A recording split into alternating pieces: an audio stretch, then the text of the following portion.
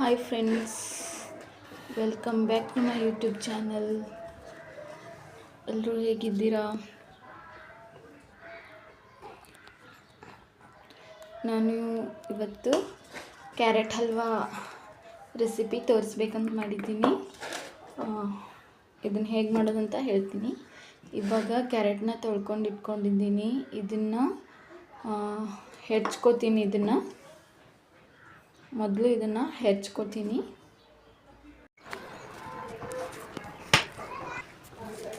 ನೋಡಿ ಫ್ರೆಂಡ್ಸ್, ಗಜ್ರಿನ ಹೆಚ್ಚಿಟ್ಕೊಂಡಿದ್ದೀನಿ. ನಾನು ಈ ಬೌಲಿಂದ ಇದು 4 ಗ್ಲಾಸ್ ಇದೆ ಕೊಬ್ಬರಿ ಹೆಚ್ಚಿಟ್ಕೊಂಡಿದ್ದು, ಇದು ಕ್ಯಾರೆಟ್ ಹೆಚ್ಚಿಟ್ಕೊಂಡಿದ್ದು. ಇವಾಗ ನಾನು ಅದು ಹೇಗೆ ಮಾಡೋದು ಕ್ಯಾರೆಟ್ ಹಲ್ವಾ ಅಂತ ನೋಡೋಣ ಬನ್ನಿ. ಇವಾಗ ನಾನು ಗ್ಯಾಸ್ ಆನ್ ಮಾಡ್ಕೊಳ್ತೀನಿ.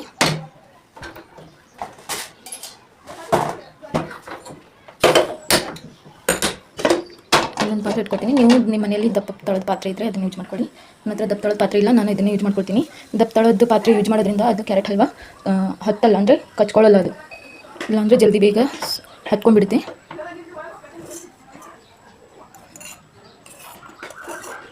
ನಾನು ಇದಕ್ಕೆ 1 ಸ್ಪೂನು ತುಪ್ಪ ಹಾಕ್ತೀನಿ. ಇವಾಗ ನಾನು ಡ್ರೈ ಫ್ರೂಟ್ಸ್ನ ತುಪ್ಪದಲ್ಲಿ ಇಟ್ಕೊಳ್ತೀನಿ.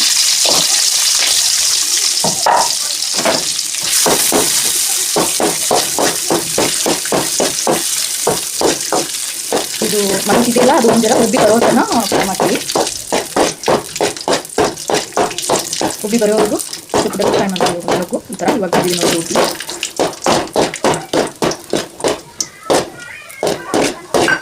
ಇದನ್ನು ಒಂದು ಪಾತ್ರೆಗೆ ತಗೊಳ್ತೀನಿ. ಇವಾಗ ಇಲ್ಲಿ ತಗೊಳ್ತಾ ಇದ್ದೀನಿ. ಈ ರೀತಿ ಮನಕ್ಕೆ ಉಬ್ಬಿದೆ ನೋಡಿ.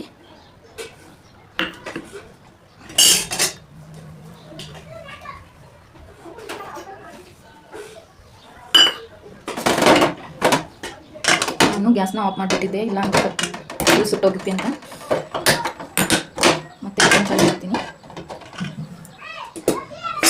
ಇವಾಗ ನಾನು ಮತ್ತೆ 1 ಸ್ಪೂನು ತುಪ್ಪನ ಆ್ಯಡ್ ಮಾಡ್ಕೊಳ್ತೀನಿ. ಇವಾಗ ಅದು ಕ್ಯಾರೆಟ್ನ ತುರಿ ಇರ್ತದೋ ಅದನ್ನೆಲ್ಲ ತುಪ್ಪದಲ್ಲಿ ಫ್ರೈ ಮಾಡ್ಕೊಳ್ತೀನಿ.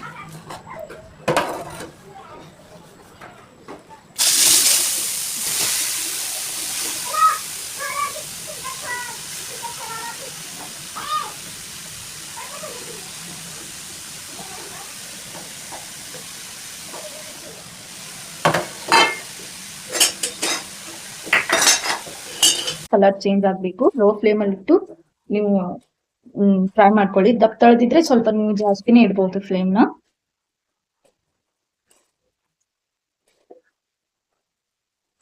ನಾನು ಲೋ ಫ್ಲೇಮಲ್ಲಿ ಇಟ್ಟಿದ್ದೀನಿ, ಯಾಕಂದ್ರೆ ಇದು ಸಣ್ಣದಾಗಿದೆ. ಇದ್ರ ತಳ, ಇದ್ರ ಹಸಿ ವಾಸನೆ ಹೋಗೋವರೆಗೆ ಫ್ರೈ ಮಾಡ್ತೀನಿ.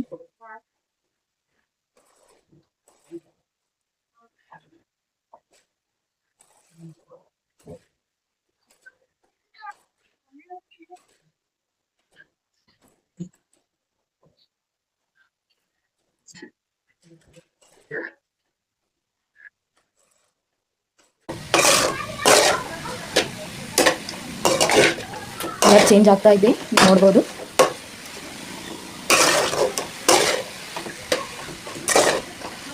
ಇದನ್ನ ನೀವು ಮಾಡ್ಕೊಂಡು ಫ್ರಿಜ್ಜಲ್ಲಿ ಎಷ್ಟು ದಿನ ಬೇಕಾದರೂ ಸ್ಟೋರ್ ಮಾಡ್ಕೊಂಡು ಇಟ್ಕೋಬಹುದು.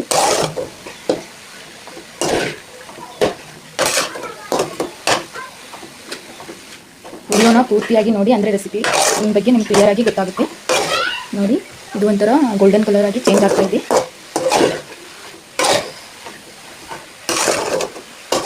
ನೀವು ಬೇಕಂದ್ರೆ ಜಾಸ್ತಿ ತುಪ್ಪನ ಆ್ಯಡ್ ಮಾಡ್ಕೋಬೋದು. ನಾನು ಇಲ್ಲಿ 2 ಸ್ಪೂನ್ ಅಷ್ಟೇ ಯೂಸ್ ಮಾಡ್ಕೊಂಡಿದ್ದೀನಿ.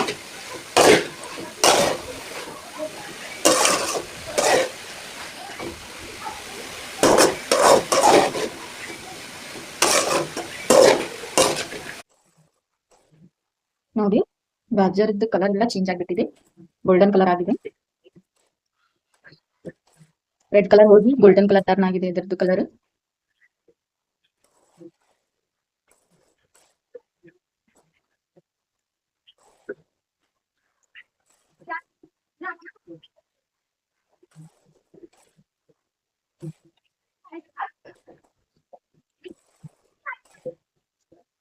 ಇದನ್ನ ನಾನು ಒಂದು 30 ಸೆಕೆಂಡ್ ಪ್ಲೇಟ್ ಮುಚ್ಚಿಕೊಂಡು ಇಟ್ಕೊಳ್ತೀನಿ.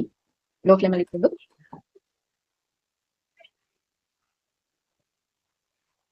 30 ಸೆಕೆಂಡ್ ಆಗಿದೆ. ನಾನು ಪ್ಲೇಟ್ನ ಓಪನ್ ಮಾಡ್ತೀನಿ.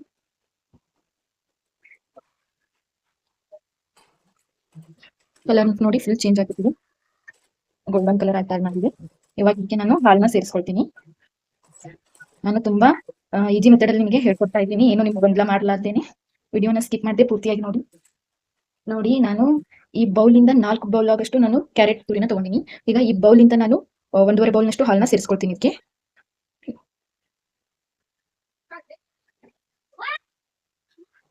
ಮತ್ತೆ ಅರ್ಧ ಬೌಲ್ ಹಾಲನ್ನ ಸೇರಿಸ್ಕೊಳ್ತಾ ಇದ್ದೀನಿ. ಈಗ ಇದನ್ನ ಹಾಲಲ್ಲಿ ಬಾಯ್ಲ್ ಆಗೋಕ್ಕೆ ಬಿಡಬೇಕು, ಬೇಯೋದಕ್ಕೆ ಬಿಡಬೇಕು.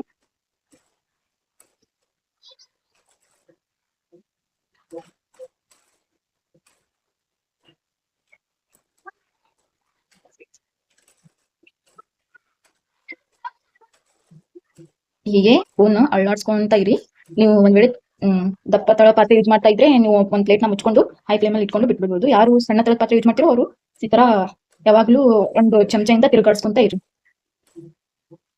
ಹಾಲು ಫುಲ್ ಆರೋಗ್ಬೇಕು, ಅಲ್ಲಿ ತನಕ ಬೇಯಿಸ್ಕೊಳ್ಳಿ. ನಾನು ಇಲ್ಲಿ ಒಂದು 2 ಮಿನಿಟ್ಸ್ ನ ಪ್ಲೇಟ್ ನ ಮುಚ್ಕೊಳ್ತೀನಿ. ನಾನು ಲೋ ಫ್ಲೇಮ್ ಅಲ್ಲಿ ಇಡ್ತೀನಿ.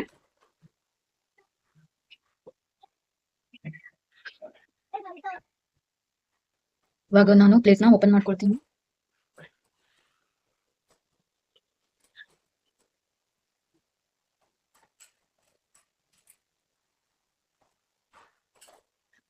ನೋಡಿ ಹಾಲೆಲ್ಲ ಬೆಂದ್ ಹೋಗಿದೆ, ಇನ್ನೂ ಸ್ವಲ್ಪ ಹಾಗೆ ಇದೆ ಕೆಳಗಡೆ.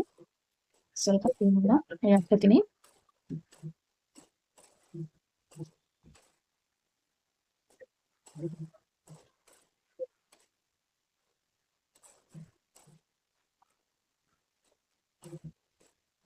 ಹಾಲಲ್ಲಿ ಎಲ್ಲ ಕ್ಯಾರೆಟ್ ನ ಬೆಂದ್ ಹೋಗ್ಬೇಕು, ಫುಲ್ ಬೇಯಬೇಕು. ಫುಲ್ ಹಾಲು ಆರಿದ ನಂತರ ಸಕ್ಕರೆನ ಸೇರಿಸ್ಕೊಳ್ತೀನಿ.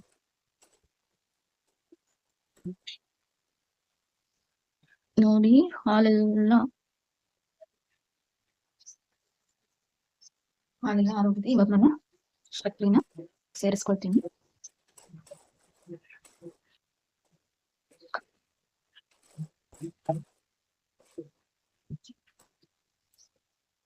ಈಗ ನೋಡಿ ನಾನು 4 ಕಪ್ಗೆ 1 ಬೌಲ್ 4 ಬೌಲ್ ಕ್ಯಾರೆಟ್ ತುರಿಗೆ ನಾನು 1 ಬೌಲ್ ಶುಗರ್ನ ಆಡ್ ಮಾಡ್ಕೊಳ್ತೀನಿ. ನೀವು ರುಚಿಗೆ ತಕ್ಕಂತೆ ನಿಮ್ ರುಚಿಗೆ ತಕ್ಕಂತೆ ಶುಗರ್ನ ಆಡ್ ಮಾಡ್ಕೊಳ್ಳಿ. ನಾನು 1 ಬೌಲ್ನ ಆಡ್ ಮಾಡ್ಕೊಳ್ತಾ ಇದ್ದೀನಿ. ಇದು ಜಾಸ್ತಿ ಆಗುತ್ತೆ, ನೀವು ನಿಮ್ ರುಚಿಗೆ ತಕ್ಕಂತೆ ಶುಗರ್ ಆಡ್ ಮಾಡ್ಕೊಳ್ಳಿ.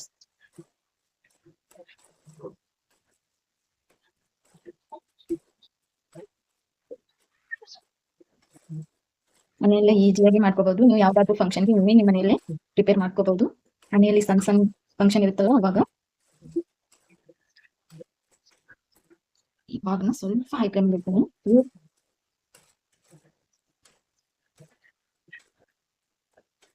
ನೋಡಿ ಕ್ಯಾರೆಟ್ ಹಲ್ವಾ ಹೇಗೆ ರೆಡಿ ಆಗ್ತಾ ಇದೆ. ಇವಾಗ ಇದಕ್ಕೆ ನಾನು ಇಲಾಚಿ ಪೌಡರ್, ಏಲಕ್ಕಿ ಪುಡಿನ ಆಡ್ ಮಾಡಿ, ಏಲಕ್ಕಿ ಪುಡಿ ಪೌಡರ್ನ ಕುಟ್ಟಿಟ್ಕೊಂಡಿದ್ದೆ ನಾನು, ಅದನ್ನ ಸೇರಿಸ್ಕೊಳ್ತೀನಿ.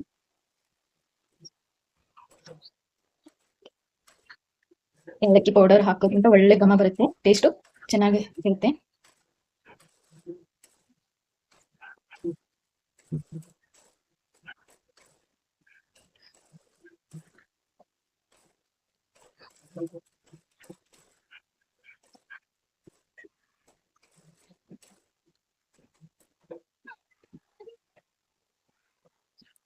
ಇವಾಗ ನಾನು ಡ್ರೈ ಫ್ರೂಟ್ಸ್ ನ ಆಡ್ ಮಾಡ್ಕೊಳ್ತೀನಿ.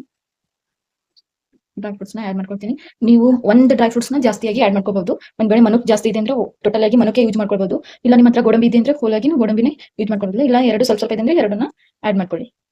ಇದರಲ್ಲಿ ಬಾದಾಮಿ ಹಾಕಿದ್ರೆ ಅಷ್ಟು ಟೇಸ್ಟ್ ಆಗಿ ಹತ್ತಲ್ಲ, ಸೊ ಮನುಕು ಗೋಡಂಬಿನ ಯೂಸ್ ಮಾಡ್ಕೊಳ್ಳಿ.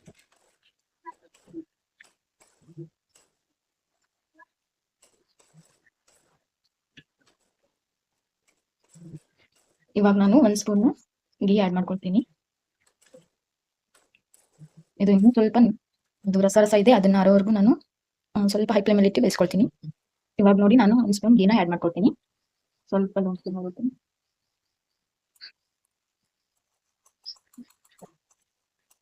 ಹಾಫ್ ಸ್ಪೂನ್ ತಗೊಂಡಿ ನಾನು.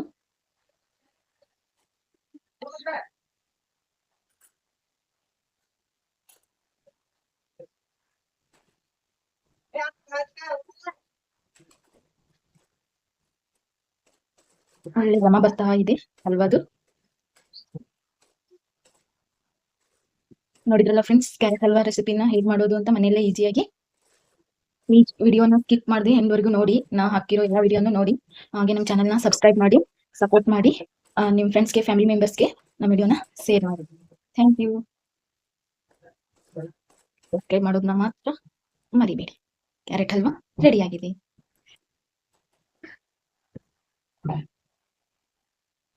ನೋಡಿ,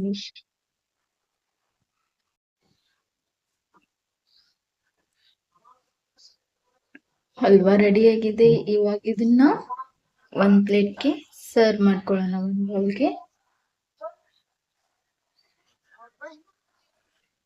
ನಾನು ಈ ಬೌಲ್ಗೆ ಸರ್ವ್ ಮಾಡ್ಕೊಳ್ತೀನಿ.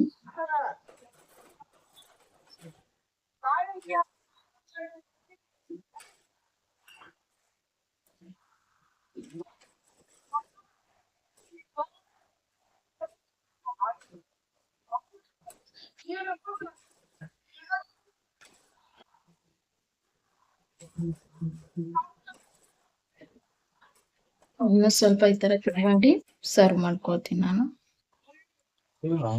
ಓಕೆ, ಇವಾಗ ನೋಡಿ ನಾನು ಒಂದು ಬೌಲ್ಗೆ ಸರ್ವ್ ಮಾಡ್ಕೊಳ್ತೀನಿ. ನೋಡಿ, ಒಂದು ಬೌಲ್ಗೆ ನಾನು ಸರ್ವ್ ಮಾಡ್ಕೊಳ್ತೀನಿ.